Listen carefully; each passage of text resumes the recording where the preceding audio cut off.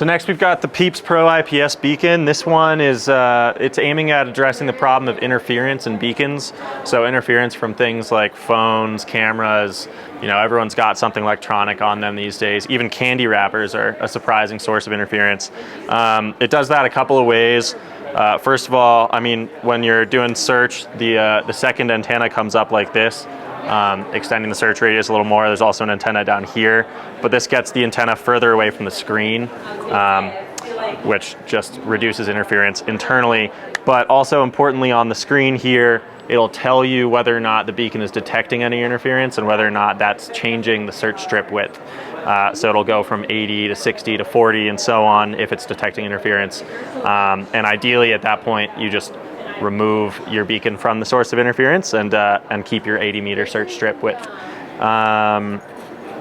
I can get into the technicalities of how that works, but if you don't mind, maybe like a brief overview. Yeah, sure. So the kind of the pulses of the beacon of another beacon are detected by this. No, let me restart on that one.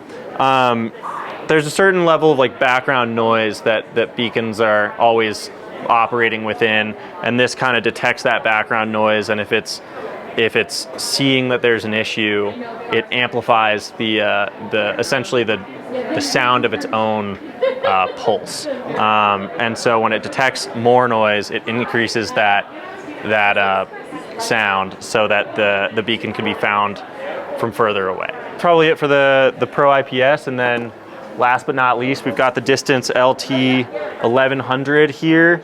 This is a max lumen of 1100. It's got a 125-hour battery run on its lowest lumen setting, rechargeable via USB-C. It's kind of for its power, it's an ultralight beacon and can run you all day for those dawn to dusk missions where you're out all night.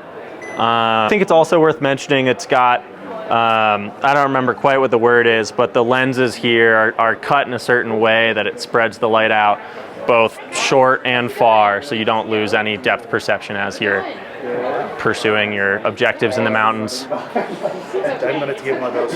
It's awesome. What was that? I'm going to get one of those. That is awesome. Yeah, it's pretty cool. I think this comes out, it's kind of an off-season release, like between spring and fall. So it'll be available soon. Nice. Thank you, Colin.